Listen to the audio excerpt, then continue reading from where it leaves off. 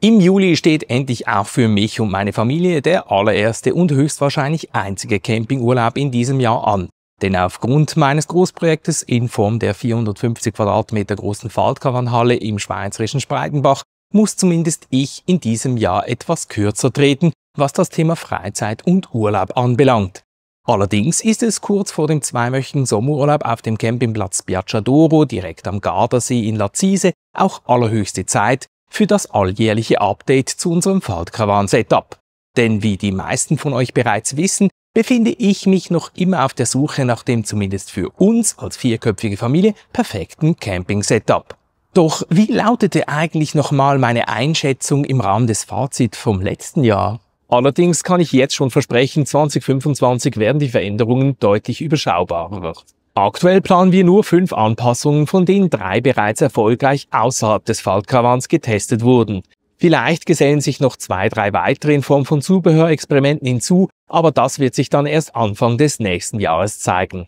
Tja, damals war ich wohl etwas zu optimistisch mit meiner Einschätzung für dieses Jahr, denn in den einschlägigen Bereichen haben es die Anpassungen am Ende leider tatsächlich nicht geschafft. Stattdessen fallen die Änderungen mit insgesamt 20 Anpassungen in diesem Jahr nur um 1/3 geringer aus als noch im vergangenen Jahr. Aber zumindest setzt sich der Trend hin zum einschlägigen Bereich fort.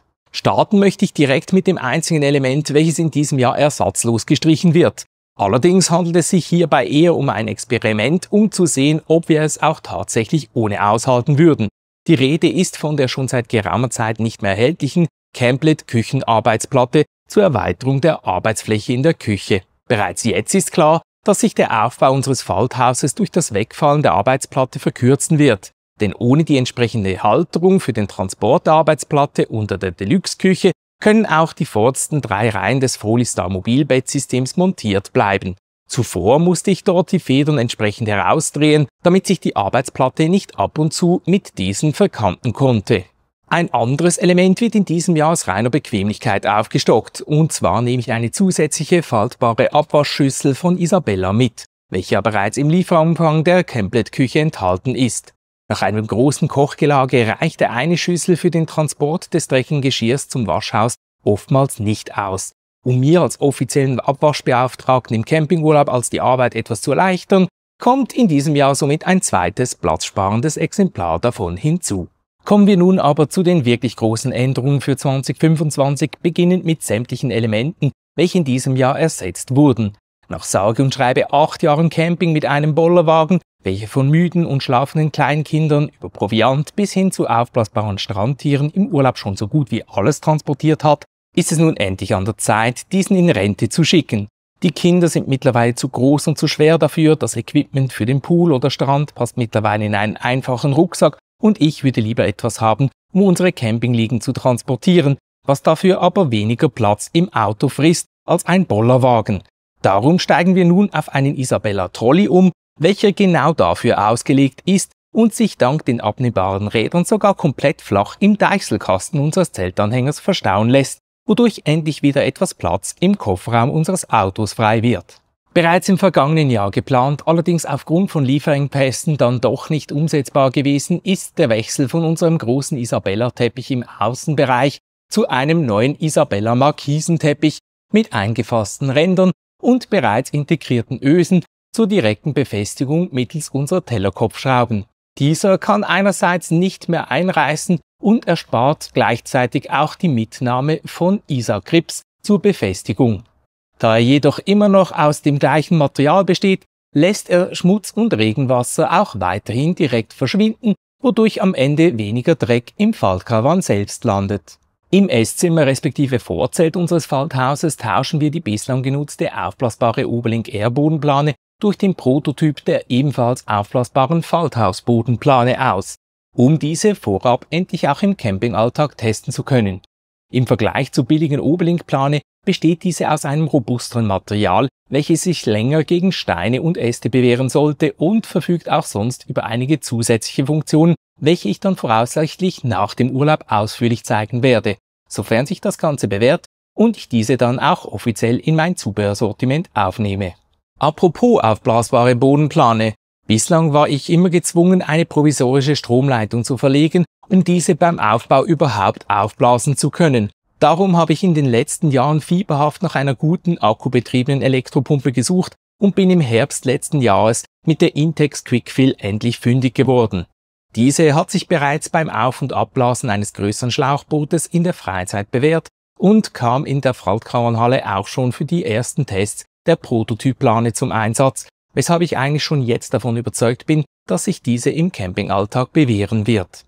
Wenn wir schon beim Thema Strom sind, muss ich euch leider auch mitteilen, dass Isabella das 25 Meter lange Camplet-Kabelset mit seinen 3 Schuko-Anschlüssen, welche direkt ans Gestänge geklickt werden konnte, aus dem Sortiment genommen hat. Darum habe auch ich mich nun dazu entschieden, erstmals eine Alternative einzusetzen, welche uns Schweizern die separaten Reiseadapter spart und sich ganz einfach aufrollen lässt.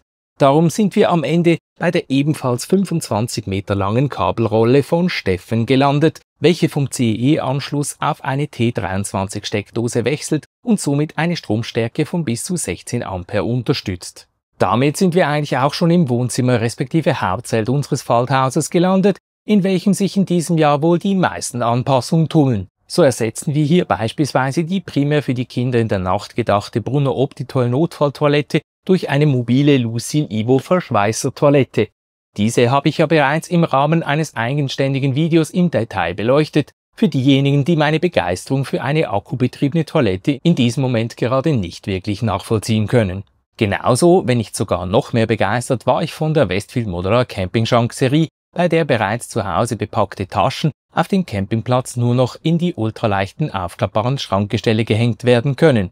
Aus diesem Grund ersetzen gleich 4 Westfield Modular 1 und 3 Westfield Modular 2 neben den beiden bislang genutzten Eurotrail Campingschränken auch gleich den alten Belsol Wäschekorb, den Helinox Falttisch und sogar unsere Elektroniktasche. Auch der Plastikbehälter, welcher beim Transport gewisse Sachen beherbergte und auf dem Campingplatz ausschließlich als Ablage für unsere Wärmepumpe umfunktioniert wurde, fällt dadurch weg. Apropos Wärmepumpe, wir wechseln nach 2 Jahren von der EcoFlow Wave 2 auf deren Nachfolgemodell Wave 3, welche unter anderem mit besser isolierten Schläuchen und mehr Leistung sowohl beim Kühlen als auch Heizen brilliert. Zudem hat sich EcoFlow dazu entschieden, ein von mir gewünschtes Software-Feature zur automatischen Umschaltung zwischen dem Kühlen und Heizen ausschließlich für die Wave 3 zugänglich zu machen. Ein umfangreicher Testbericht folgt dann wahrscheinlich aber erst nach dem Caravansalon, da ich erst dann auch wirklich auf die Heizleistung der EcoFlow Wave 3 angewiesen sein werde. An dieser Stelle ist auch ein guter Zeitpunkt, um eine Anpassung zu erwähnen, welche nur Sinn ergibt, weil ich mittlerweile der offizielle Camplet-Händler für die Deutschschweiz bin. Und zwar löse ich unseren 5-jährigen Camplet Passion durch ein aktuelles Modell ab. Ich möchte nämlich unter anderem den Aufbau mit den abnehmbaren Seitenstangen und das Handling mit dem ebenfalls abnehmbaren Deichselkasten im Campingalltag testen. Zudem erlaubt es mir der neue gebremste Zeltanhänger mit einem zulässigen Maximalgewicht von 750 Kilogramm, künftig auch mit Fahrrädern und verschiedenen Varianten von Fahrradträgern zu experimentieren. Wie gesagt, diese Anpassung macht aus wirtschaftlicher Sicht keinen Sinn, da ein Camplet-Zeltanhänger in der Regel ein Leben lang hält. Ich mache dies nur, um Erfahrung mit dem aktuellsten Modell zu sammeln, welche ich dann auch euch und meinen Kunden entsprechend weitergeben kann. Ich habe diese Gelegenheit allerdings auch gleich genutzt, um anstelle unseres bisherigen Gassystems, bestehend aus einem Kadak Dual Power Pack mit 2 Gaskartuschen, auch wieder eines mit einer einzigen, größeren Campinggas-Gasflasche testen zu können.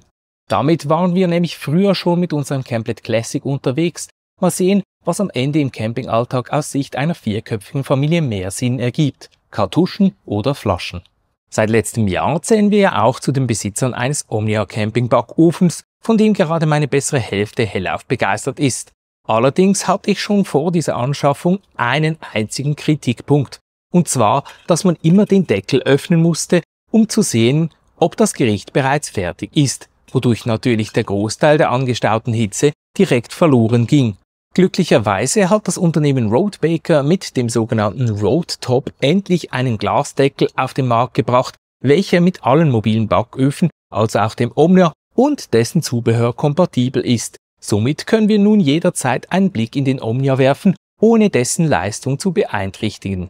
Neben diesen insgesamt 11 Dingen, welche in diesem Jahr bisher genutzte Elemente ersetzen, gibt es allerdings auch noch 7 Neuzugänge, wobei es sich bei vielen davon um Experimente handelt, welche nach der Campingsaison vielleicht auch gleich wieder aus dem Setup fliegen. Da wäre zum einen der akkubetriebene Kärcher OC3 Foldable Niederdruckreiniger, welchen ich letztes Jahr im Rahmen des Caravan-Salons in Düsseldorf entdeckt habe. Diesen nutze ich seit Monaten bereits, um die Kundenfahrzeuge für die Übergabe herauszuputzen.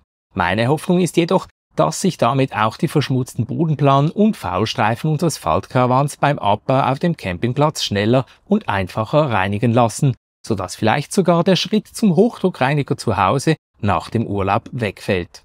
Auch den akkubetriebenen Kärcher Handstaubsauger nutze ich bereits, um Ausstellungs- und Kundenfahrzeuge zu putzen und möchte gerne ausprobieren, ob dieser auch im Rahmen eines mehrwöchigen Campingurlaubes Sinn machen würde. Zum Beispiel, wenn eines unserer Kinder mal wieder aus Versehen oder in einem Wutanfall eine Tüte Chips im Zelt verteilt. Als offizieller Abwaschbeauftragter im Urlaub versuche ich natürlich ständig den Spülprozess zu optimieren und habe mir dazu in diesem Jahr eine Brunner Pura Geschirrspülbürste geholt, welche über ein integriertes Spülmittelreservoir verfügt, sodass ich nicht mehr eine separate Spülmittelflasche mitschleppen muss, respektive eben auch vergessen kann.